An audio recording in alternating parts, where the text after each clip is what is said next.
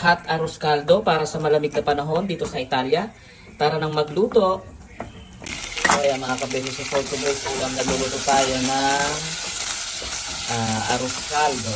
Ayan. So igigisa muna natin ng sibuyas, bawang at luya. So ginger ang ating chicken. Then later lalagyan natin ng sabaw and then ang ating rice. Lagyan na natin ng 2 cups of water. 1 and 2. Ayan. Ayan, gagamitin natin ang ating riso basmati rice. Half cup lang yung ating ilalagay. Ayan, kumukulo na mga kabeshi. Lagay na natin ang ating rice. Ayan. Halo-haloin lang natin. And then, i-cook natin in 10 minutes. Natin ang kalahating nor cubes. Ayan. Ayan, mix-mix lang natin. Pampalasa. Ng konting pepper. Ayan. Ito ang ating safirano dito sa Italia o ang parang atsuete. Natin ng 1 kutsara.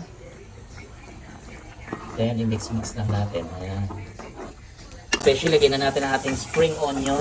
Ayan.